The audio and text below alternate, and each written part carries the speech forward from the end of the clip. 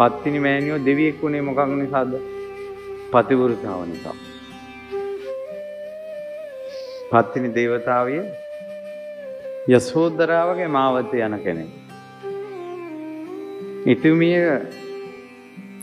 ස්වාමියා වෙනුවෙන් පණ දීලා මිනිහා මොන සල්ලාලෙක් වුණත් තමන් පණ දීලා තමන්ගේ අන්‍යයන් සම්බන්ධතා නැහැ.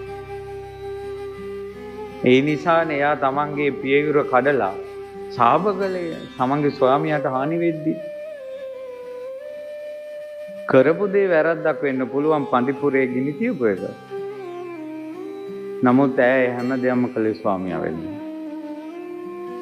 ස්වාමියාගේ වියෝවෙන් පස්සේ මම දන්න විදිහට ඇය පැවිදි වුණා. බ්‍රහ්මචාරී වුණා. අදත් දෙව්ලොව සිටිනවා දේවතාවියක් බ්‍රහ්මචාරී පත්තිනි මෑණියෝ.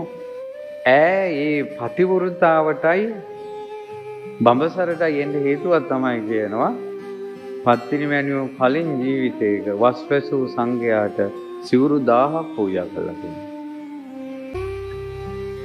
ඒකෙන් එයා සිල්වත්. සිල්වත් නිසා ප්‍රබලයි. ප්‍රබල නිසා ලංකාවේ කොච්චර දිව්‍යාංගනාවෝ ඇතිද?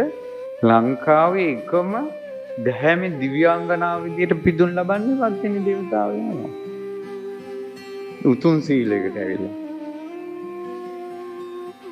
බලන්නකෝ. එයාලටත් ඒ චීවර පූජාවේ ආනිසංස ආපු හැටි.